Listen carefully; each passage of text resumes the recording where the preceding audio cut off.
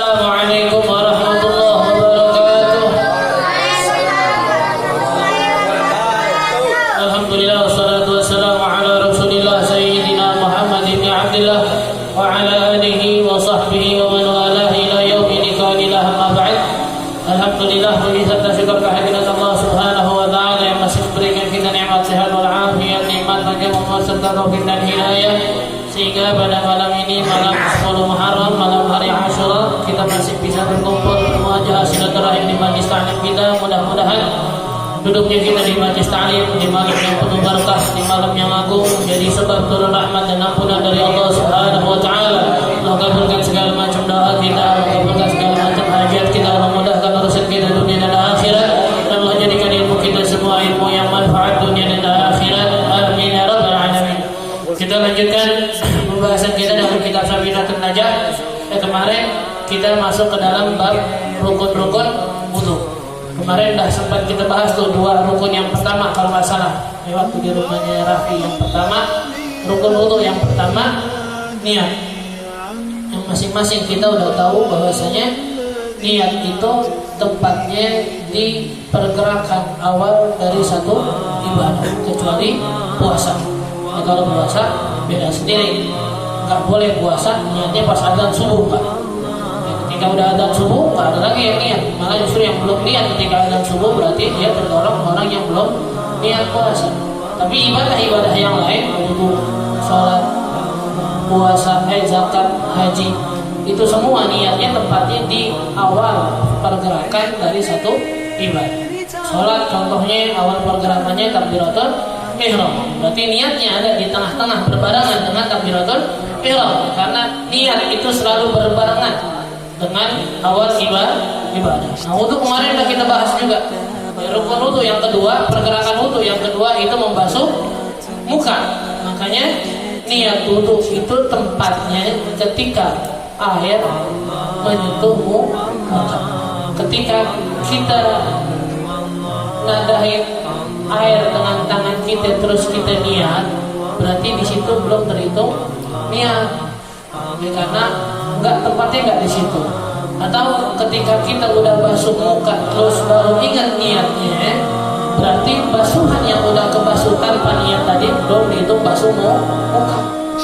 Ya, kalau udah basuh tengahnya terus pas di sampingnya baru niat, berarti yang udah kebasuh baru sampingnya doang, karena di sini udah diniatin. Jadi tengahnya belum, harus ada air lagi buat membasuh muka. Nggak perlu niat lagi, enggak, tapi udah tadi yang kebasuh baru sampingnya doang, karena niatnya pas, ingatnya pas ngebasuh muka bagian sampingnya. Tengahnya belum, ya udah ambil air lagi, ratain bagian tengah. Itu yang pertama, yaitu niat. Yang kedua membasuh muka, kemarin udah kita jelasin.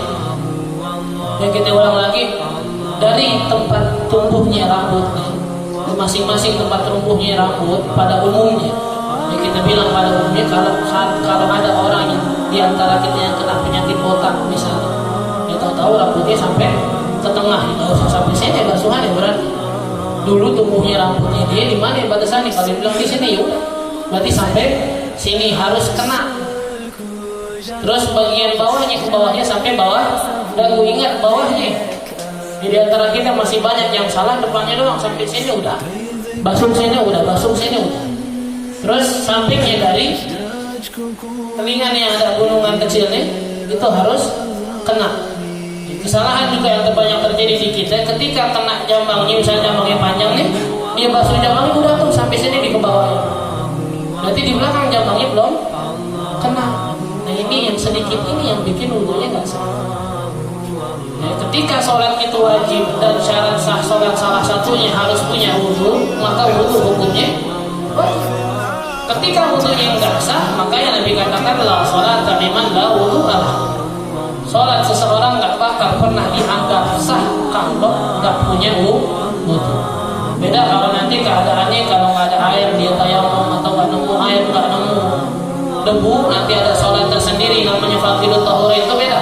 Namanya dalam keadaan darurat. Tapi selama masih ada air, ya tadi ada yang nggak kebasuh dari mukanya, dari bagian mukanya, berarti wudunya belum sah. Ketika wudunya nggak sah tadi kita bilang, maka sholatnya pun nggak sah. Ya sering kita ingat-ingatin berkali-kali satu cerita di mana Nabi Muhammad SAW lagi berjalan dengan para sahabat melewati dua kuburan. Nabi katakan kepada para sahabatnya, atasma'un, ya apakah kalian mendengar? Para sahabat menjawab, Allah wa Rasuluhu a'lam. Ya Allah dan Rasul lebih tahu, kita enggak dengar apa-apa ya Rasulullah. Nabi bilang, inna sahibail hadal qabran yu'adzaban. Dua orang yang dikubur nih, di dalam dua kuburan ini nih, mereka sedang diadab. Yang kita pengen kasih titik ucapan Nabi yang Nabi katakan, wa ma yu'adzabani min kabir. Mereka diadab bukan karena dosa besar. Mereka diadab bukan karena dosa besar, tapi dengan sesuatu yang mereka anggap remeh. Hal kecil yang selama ini mereka anggap remeh. Amma ahaduhuma fakana yamshi bainan nas bin namimah. Yang satu diadab karena sering di antara manusia sama-sama hidup sering adu domba. Sering merusak dua hubungan di antara dua saudara yang lagi akur, dibikin rusak namanya. Yang kedua ini yang dikatakan kana la yastabri minal bau. Banyak di antara kita kayak gini. Habis kencing udah jalan-jalanan. Yang terkadang padahal kencingnya belum habis. Kena celana dalamnya, kena celananya, kena sarungnya. Dan habis itu permasalahannya kita juga yang gak punya adab, habis itu sholat pakai sarung itu lagi, sholat pakai celana itu lagi. Celananya najis, sarungnya najis, berarti nggak terpenuhi syarat sahnya sholat. Karena syarat sahnya sholat harus suci di badannya, di bajunya juga tempat. Dari mana mulainya? Dari kencing yang nggak diperhatiin. Ya selama ini kita anggap udah kan apa susahnya sih kencing, tinggal kencing doang. Akhirnya jadi makanya juga disyaratkan di sini kalau kita lagi nyantai di rumah yang biasa pakai sarung atau biasa pakai celana, dalam keadaan nyantai, ntar pas sholat jangan pakai itu lagi tuh. Apalagi memang kita lagi di rumah yang memungkinkan buat ganti sarung yang ketahuan lebih bersih, ganti. Kalau mau tidur yang biasa pakai sarung, ada tidur pakai sarung, pakai celana pendek misalnya. Ya udah mau sholat bangun subuh, jangan pakai itu, ya pakai yang lain. Kalau bisa ganti karena itu yang ganti. Namanya lagi tidur. Emang itu pada nyadar pas tidur ngomong apa? Nggak dia nyadar. Dia lagi tidur ngigo apa nyadar? Nggak nyadar. Ngigonya itu nggak nyadar tapi gerak yang lain. Ya ganti kan? Apalagi dalam kondisinya kita udah dalam perjalanan atau udah lewat dalam hitungan waktu tersebut sebelum datang waktu sholat udah buang air kecil, buang air besar segala macam, ganti dia mendingan. Ya jangan digampangin. Itu yang tadi kita mau titipin di situ, jangan digampangin. Kalau masalah ibadah itu jangan digampangin. Takut nanti kita di akhirat masuk orang-orang yang ngerasa ibadahnya banyak, pas di akhirat jangan kata ada pahalanya, jangan kata banyak, malah kosong pahalanya. Kalau saya udah sholat sepanjang hidup nggak pernah bolong, iya benar memang inti ngerasa sholat, tapi ternyata sholatnya nggak sesuai dengan syariat, akhirnya nggak masuk itu.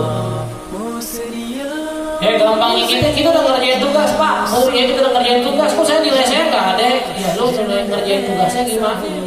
Orang suruh caranya begini-begini, nggak pakai cara, langsung main nilainya, langsung main hasilnya. Kan kita suruh ada cara-caranya, kenapa main lengkap aja? Akhirnya nggak dikasih. Paham ya? Jadi perhatiin lagi untuk jangan ada lagi nih kita yang hampir dengar di sini mungkin 70% untuk orang-orang yang udah balik, yang udah mukallaf, orang-orang yang udah punya beban kewajiban buat ibadah dari Allah secara benar. Jangan lagi ada ketika wudu udah air cuma diciprat-cipratin ke muka doang. Pas doa subuh cuma kecek-kecek tengahnya doang. Udah masanya udah habis. Kita kalau bocah-bocah begini masih mungkin kita anggap masih muda, dia masih belajar. Yang penting dia mau kena air sebelum sholat juga nggak apa-apa dah. Ya masih mending daripada main sholat aja di celana pendek baju bola. Masih mending kelihatan basah. Tahu kalau nanti gedenya sholat itu harus untuk nanti tinggal gedenya ke orang tuanya, keluarganya ajarin untuk yang benar gimana. Tapi kita yang udah balik jangan. Makanya kita selalu bilang bedanya orang yang ngaji yang nggak ngaji, kita sama-sama main. Cuma giliran ibadah kita tahu waktunya, kita tahu caranya, jangan ikut sembarangan juga. Apa bedanya berarti kita ngaji setahun, 2 tahun, 3 tahun di MSG, di musola, tempat-tempat lain kalau nggak ada perubahan ibadah? Ya wa ma khalaqtul jinna wal insa illa liya'budun. Tugas kita buat ibadah doang. Tugas kita sebenarnya ini ya buat ibadah doang. Sebenarnya dalam hal-hal yang mubah kalau kita lencengin waktu kita buat hal-hal yang mubah aja udah salah harusnya. Karena diciptakannya kita buat ibadah bukan buat main, apalagi di hal-hal yang haram. Harusnya. Tapi kalau buat kita ya selama di permainannya hal-hal yang mubah silahkan. Tapi jangan tadi kita bilang jangan ada pengajian sampai sama orang-orang yang nggak ngaji. Dan jangan malah bilang oh kalau gitu mendingan gua ngaji enak ya. Ente ini udah punya satu langkah di depan untuk menyelamatkan diri masuk ke surga. Ingat ya. Kalau kita bisa mandang bahwasanya datangnya kita di sini adalah pilihan dari Allah, masya Allah itu bersyukurnya masya Allah. Udah deh, alhamdulillahnya masya Allah dah pokoknya. Ya karena kita lihat berkali-kali banyak orang-orang yang majlis taklim di samping rumahnya, musala di samping rumahnya sampai sekarang belum nyampe ke majlis taklim. Dia sampai sekarang belum pernah jamaah di masjid musala. Ya sampai Allah katakan dalam hadis qudsi wa ma wada'tu ilmi fikum li'adzibakum. Aneh lu kalau udah ngasih ilmu ke dalam satu orang tuh itu sebenarnya ada yang gak pengen adab dia. Maksudnya gak pengen adab, ini gue kasih ilmu biar lu selamat di akhirat karena gue gak pengen adab lu. Ya jadi datangnya kita, dapatnya kita ilmu buat ibadah, Allah ngasih kita mau nyelamatin kita malah jangan dibuat. Jangan disia-siain. Ya ingat, selalu mikir, selalu ambil. Apa sih kita tanamin dalam pikiran kita, hati kita bukan kita yang bisa ngarahin diri kita datang ke majelis taklim. Ini semua hadiah, pilihan dari Allah biar kita selamat.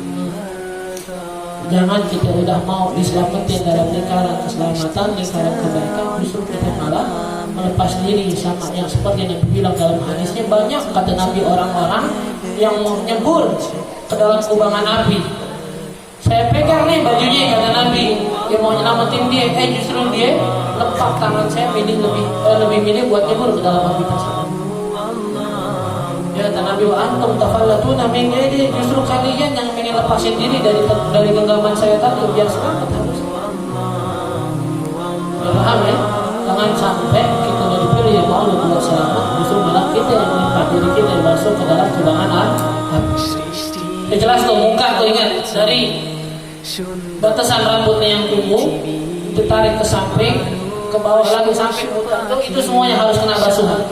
Ya, sedikit aja ada yang nggak kena basuhan berarti untungnya mukanya belum sah kebasuhan mukanya. Kalau basuhan mukanya nggak sah sampai belakang nggak bakal sah. Dan nggak harus ente ngaca, nggak harus. Besok di kamar mandi ditaruhin cermin, taruhin kaca. Habis basuh muka diperiksa basah belum di sebelah sini nggak usah lah. Yang penting dia udah ngerasa yakin udah ngelewatin tangan ente kesini semuanya udah cukup. Yang diminta sama Allah cuma jangan asal-asalan. Nggak harus kita nyantarin yang kita bilang sampai nyuruh orang, lu ikut gue ya untuk ngapain makan, lu liatin mukamu udah basah semua belum ada yang tersisa nggak ditahu, nggak perlu sampai segitu enggak. Tapi yang jelas jangan asal-asalan. Itu yang kedua, membasuh muka dan semua rambut atau bulu yang ada di muka harus kebasuh semuanya. Mau kumis, mau cabang, mau alis, bulu mata, semua harus kena sampai ke kulit-kulitnya. Kecuali jenggot yang tebal. Kalau jenggot yang tebal nggak usah dipaksain masuk ke dalam, enggak. Cukup luarnya doang. Ukuran tebalnya semani. Ini kan buatnya kan ini jaraknya 1,5 meter nih. Jarak orang ngobrol normalnya begini. Jarak orang ngobrol normalnya begini, dekatnya harusnya posisinya. Nggak ada yang dekatkan sampai muka ketemu muka, nggak ada. Normalnya segini nih. Nah kalau anda bilang ukuran, ente ngelihat nih kulit ada di bawah jenggot.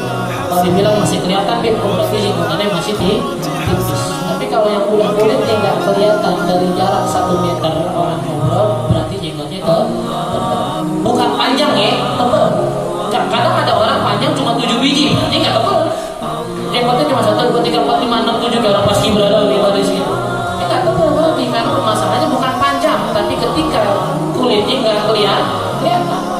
Kalau kulitnya nggak kelihatan itu yang namanya tebal. Kalau udah jenggotnya tebal udah basuh mukanya pas bagian jenggotnya udah rantai itu ke bawah gitu. Tapi kalau yang masih tipis pas ngebasuh muka ya harus dimasukin airnya ke dalam sampai kena kulit di bawah jenggotnya.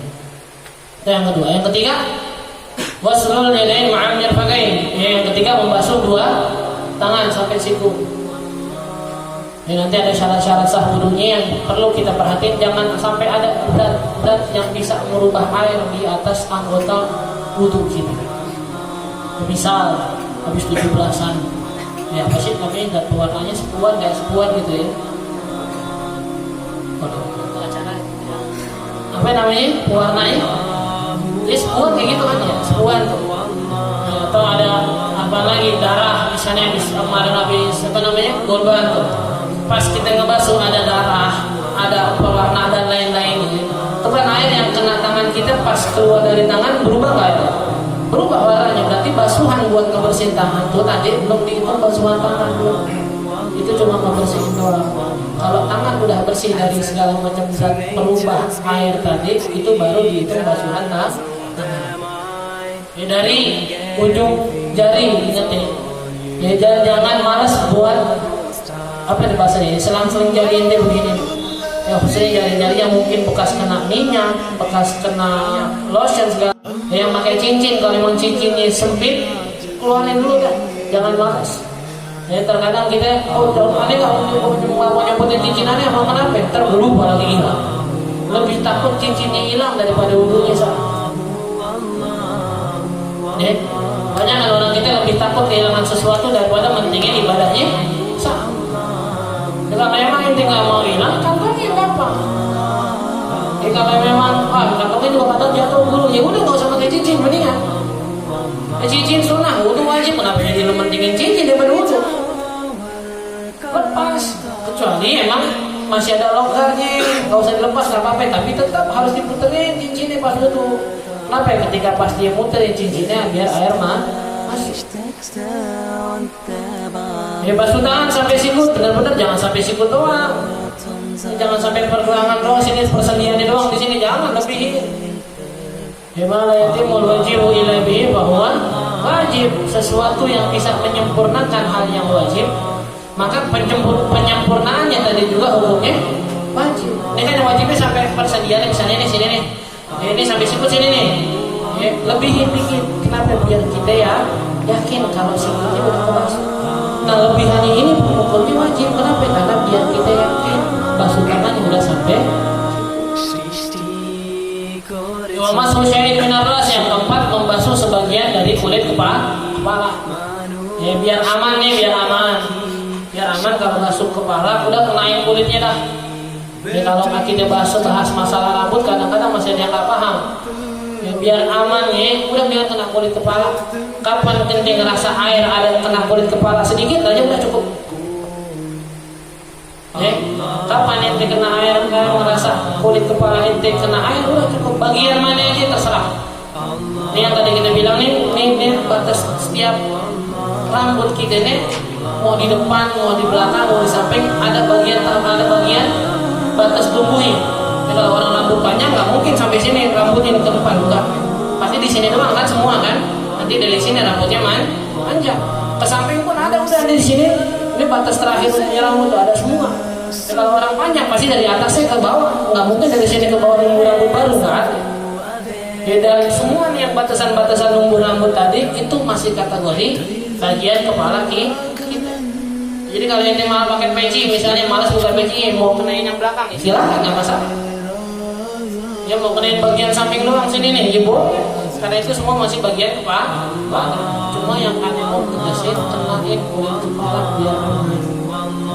Karena kalau dapat masalah hanya kena rambut, sekarang kadang kita sama nih tadi masalah tangan, masalahnya di cincin. Gak mau cincinnya hilang, akhirnya gak mau lepas cincin. Nah ini yang permasalahan rambut beda lagi. Gak mau rambutnya rusak kena air, akhirnya basuh sembarangan. Oke, rambutnya udah rapi, udah kena pakai minyak rambut, udah pakai pomade nih, udah ganteng nih. Ya akhirnya pas dulu, ya Allah sayang banget ya, ambil air dikit begini. Kalau basuhan rambutnya pas di bagian rambut yang diperbolehkan nggak masalah. Tapi takutnya yang dibasuh rambutnya itu yang rambut yang dianggap nggak sah, meskipun mau dibasahin kayak nggak sah. Ya pokoknya rambut yang keluar nih, ini batas terakhir rambut nih. Ya, ini batas terakhir rambut nih. saya tarik nih, ini keluar dari batasan sini. Semua rambut yang keluar dari batasan terakhir kalau kena air buat dibasuh nggak sah. Jadi kalau mau ente aman basuh rambut bagian tengah lah sini, itu insya Allah aman. Kecuali bagian tengah itu rambutnya panjang juga sampai depan, itu sama aja berarti. Paham ya? Pokoknya bagian kepala kalau yang tidak paham masalah rambut tadi mau aman udah kenain kulit kepala cukup biar aman. Dan bedanya basuhan tangan kaki itu, kalau basuhan tangan sama kaki harus ada air yang mengalir di tangan kita. Cuma kalau pas bagian kepala enggak, kita ambil airnya kita kucurin dikit kerasa sampai kulit kepala udah cukup. Itu kalau bagian kepala yang penting tadi ada bilang kulit kepala ente dingin kena air udah cukup. Nggak harus semua, sunnahnya basuh semuanya. Cuma kalau buat sahnya doang kena sedikit cukup. Yang kelima ghuslul rijlain, basuh dua kaki sampai mata kaki. Jadi sama juga nih. Ini bahkan dari 1400 tahun yang lalu Nabi udah bantu-bantu. Yang tadi kita bilang tuh banyak orang-orang yang ketika meremehkan akhirnya peremehan yang tersebut terhadap satu ibadah bikin dia masuk neraka karena ibadahnya tak sah. Nabi bilang wailun lil ashabil aqab minan nar. Ya celaka orang-orang yang tumitnya bikin dia masuk neraka. Di mazhab kita, mazhab Syafi'i, nggak ada tuh kewajiban ketika basuh wudu harus diratain pakai tangan yang lain. Nggak ada. Dia mau buka keran nih, dibuka keran kita taruh gini doang, asal rata silakan. Dia wudu di ember, dia masukin tangan itu, kocok-kocok dia cukup. Dan dia rata semua, nggak masalah. Bas bagian kaki pun sama. Buka keran, ini kayak gaya-gaya bocah gimana sih? Angkat celananya dikit, taruh aja di bawah keran gitu. Kadang-kadang gaya lagi sambil kayak nendang bola, kanan kiri. Boleh begitu? Boleh. Syaratnya harus rata. Permasalahan harus ratanya ini yang selalu lewat kalau seandainya nggak dibantu dengan basuhan tangan. Ini kaki ente begini nih, ditaruh di bawah keran. Jatuhnya air di sini. Kan nggak mungkin, ini bukan Nabi. Ya kalau Nabi dalam satu riwayat ketika wudhu, ketika mandi, Nabi taruh air tuh air yang nyebar sendiri ke badan Nabi. Ya, Nabi mandi dengan satu gayung cukup. Kalau kita pikir, masya Allah, benar Nabi mandi dengan satu gayung cukup. Karena ketika Nabi basuh badannya, air yang menyeluruh sendiri ke badan Nabi, nggak usah pakai desok-desok, air sendiri aja. Ente, badan ente ketika kena air, tuh air hilang langsung. Jatuh ke tempat lain, itu masalahnya beda di situ. Ya ketika ente basuh begini di kaki, ini turun nih, kesini udah. Kan kalau hukum airnya begitu ya, udah kalau udah tercipta satu jalanan, biasanya situ aja tuh air lewatnya udah begitu aja. Airnya sini nggak kena, yang sini nggak kena, yang sini nggak kena. Itu yang Nabi bilang. Akhirnya ketika malas wudhunya dia nggak diusap kakinya, tumitnya dia bikin dia masuk neraka. Tadi kita bilang ketika dia ngotot, malaikat mana pun saya udah sholat gitu segala macam, ya malaikat tinggal ngeplak-plak lu dulu aja nggak sah kita sholat lagi malah. Ya wudhunya itu salah. Kita sholat tadi. Dia sering kita bilang sah sama pahala itu beda. Ya masalah sah satu ibadah sama pahala beda. Ente ini sholat udah sesuai dengan rukunnya, syaratnya nggak ngelakuin yang ngebatalin, udah sah tuh sholat ente, dapat pahala. Yang udah sah aja belum tentu dapat pahala. Apalagi ada yang umumnya salah-salah. Buat dibilang dapat pahala. Yang keenam ya dilakukan apa yang kita ucapkan tadi dari niat basuh muka, kepala, basuh muka, tangan, kepala, sama kaki. Dilakukan secara berurutan. Jangan ada yang macam-macam. Ya aku males muka duluan, kayak dari kecil udah begitu-begitu aja. Mulai dari kaki duluan lah. Nggak usah macam-macam lo bikin syariat baru. Ya, tetap urutannya begitu. Kalau ada yang dilengkap, berarti apa yang dilengkap tadi bikin basuhan setelahnya nggak sah. Misal kita ada basuh muka nih, terus langsung lengkap kepala. Berarti dari kepala, kaki terus sampai solanya nggak sah. Kenapa? Karena tangannya belum sah. Karena satu rukun bisa dianggap sah ketika rukun sebelumnya itu sah. Mukanya udah dibilang sah. Ya, kalau mukanya udah rata, silakan pindah ke basuhan tangan. Kalau tangan udah rata, silakan pindah ke basuhan kepala. Tapi kalau belum rata, belum sah, nggak bisa dia dibilang sah kepala sama kaki. Karena tangannya ini bisa hilang. Ya, syara rukun keenam tertib dilakukan secara berurutan. Ini dilakukan secara berurutan bisa hilang. Kapan? Ketika wudunya itu dengan sambil menyelam. Itu lagi di pantai ini, ya, main di pulau, main di laut, datang waktu zuhur, datang waktu asar, masih di pulau nih, masih di pulau, masih di pantai atau di kolam renang yang airnya memang bisa digunakan buat wudu, buat mandi. Udah tinggal nyelam doang, masuk sebentar, niat di dalam hati lawa itu wudu dalam alas, jadi udah. Gak perlu di air, belum masuk basuh muka, basuh tangan, kepala, basuh kaki ngambang lu kan. Basuh kaki kelar ngambang, lu bukan sholat, disolatin habis itu kadang-kadang. Ya ketika udah masuk nyelam tuh gak perlu tadi dengan basuhan yang lain, lu pokoknya masuk, niat di dalam hati, yakin semua anggota badan kita udah dalam air, keluar udah kita udah dianggap orang yang berwudu. Tapi ingat, airnya harus benar-benar air yang dianggap bisa buat wudu. Hati-hati dengan kolam renang yang kaporiknya terlalu kuat. Atau hati-hati dengan kolam atau bak mandi yang kurang dari 2 kula yang udah digunakan orang lain buat bersuci, buat wudu. Itu berarti udah air yang musta'mal, nggak bisa lagi buat berwudu. Okay. Mau kata ada ember kecil itu cukup masuk ke situ silakan. Makanya nanti di sini ada pembahasan masalah air sedikit dan air banyak. Kita ingat sekali lagi, permasalahan air sedikit air banyak bukan tentang permasalahan boleh digunakan buat bersuci atau enggak. Permasalahan air suci air banyak itu nanti kaitannya dengan najis. Bagaimana air sedikit itu dihukumi najis ketika kena najis, dan begitu pula air yang banyak dengan syarat-syarat dan gambaran-gambaran tentang sifat-sifatnya baru nanti bisa dihukumin. Adapun buat bersuci, buat wudu, buat mandi selama cukup silahkan. Ya, Anda cuma megang air apa namanya, air botolan doang nih Ustaz, cukup boleh nggak buat wudu? Boleh, asal cukup silahkan. Yang penting cukup, bukan masalah harus banyak buat wudu, harus mandi, ketika mandi wajib airnya harus ngalir, enggak. Yang penting cukup, udah. Ya airnya cukup, airnya suci, mandi, wudu silahkan. Ya, terus permasalahan air banyak sedikit nanti kita bahas. Kalau air tersebut kena najis, apakah dia dihukumi najis atau tidaknya, nanti itu baru masuk pembahasan air sedikit dan air banyak. Wallahu a'lam. Ini malam 10 Muharram, yang dikatakan malamnya salah satu malamnya akhir yang kita miliki, yang kita disunahkan untuk memperbanyak ibadah dan memperbanyak doa. Ya, dan besok hari 10 Muharram kita ingetin lagi, tolong kita yang udah ngaji jangan kehilangan kesempatan hari-hari ini. Jangan digampangin.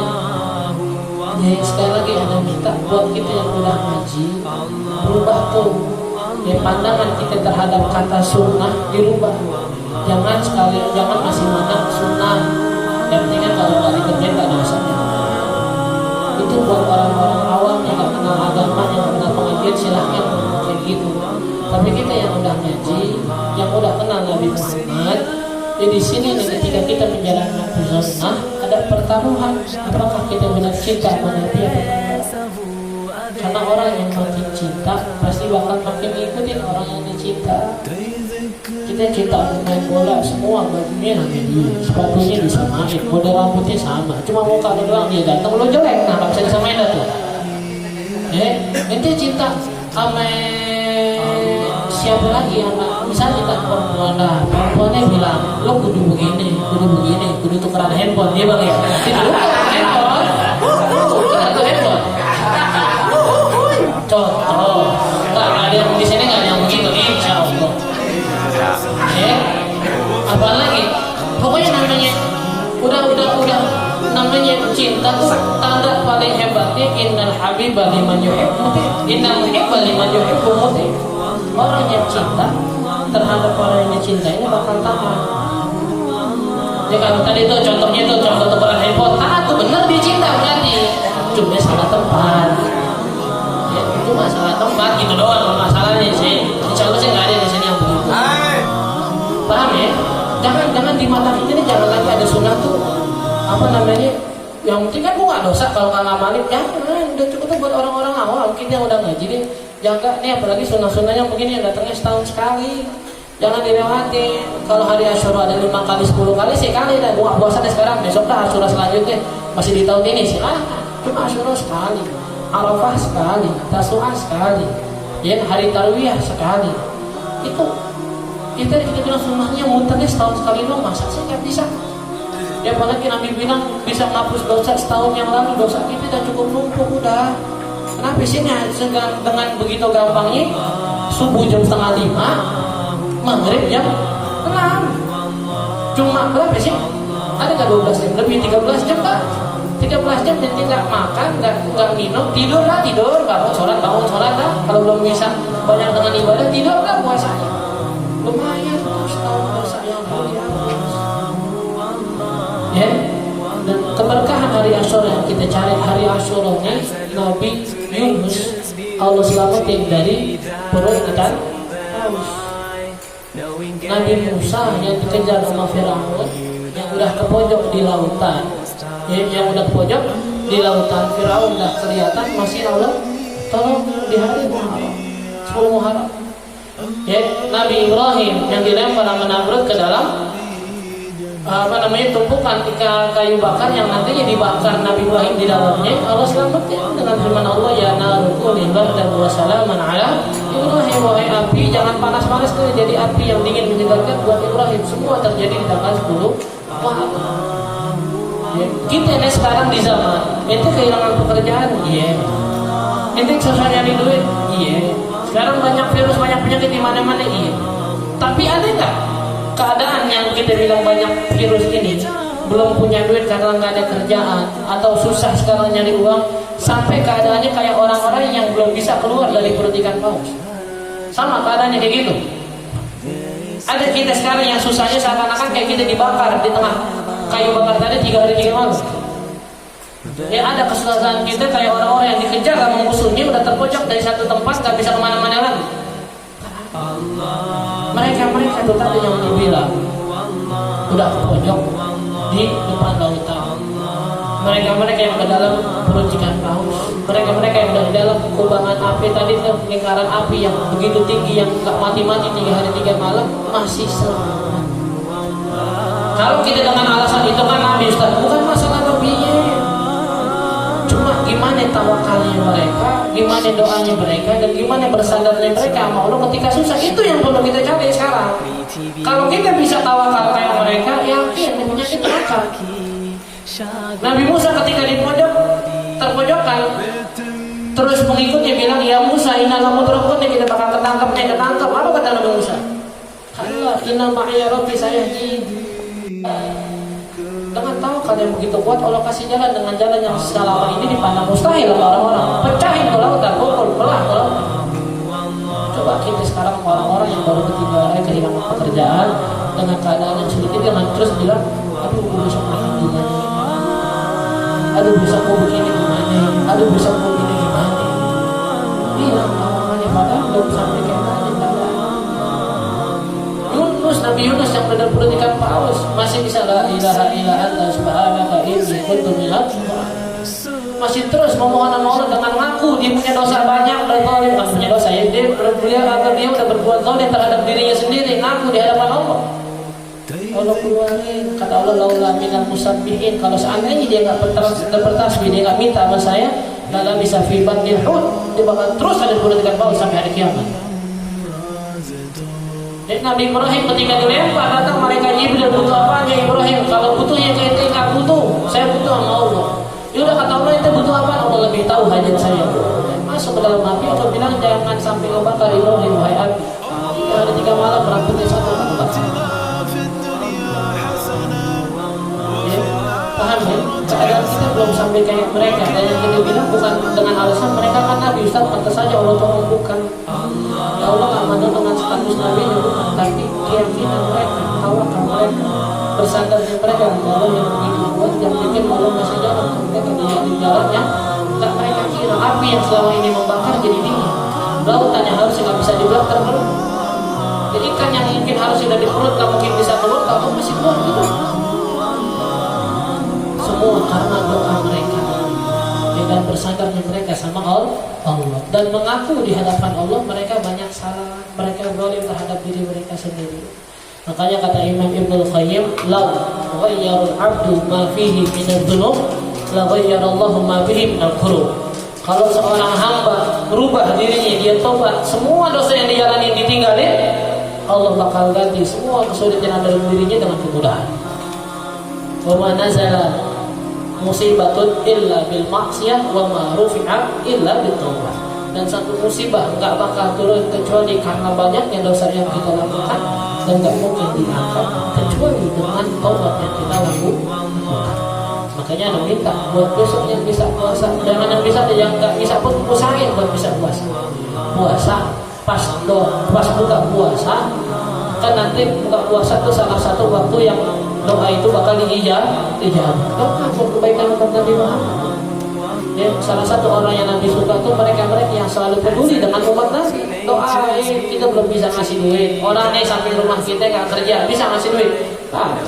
Kurang makan, bisa kasih makan. Kata kalau rokoknya masih minta. Gimana caranya angkat tangan doain ya Rob buat umat Nabi, angkat penyakitnya, angkat wabahnya, yang masih sering berantem satuin hatinya, yang masih banyak kesulitan, angkat kesulitan. Apalagi doanya pas buka puasa.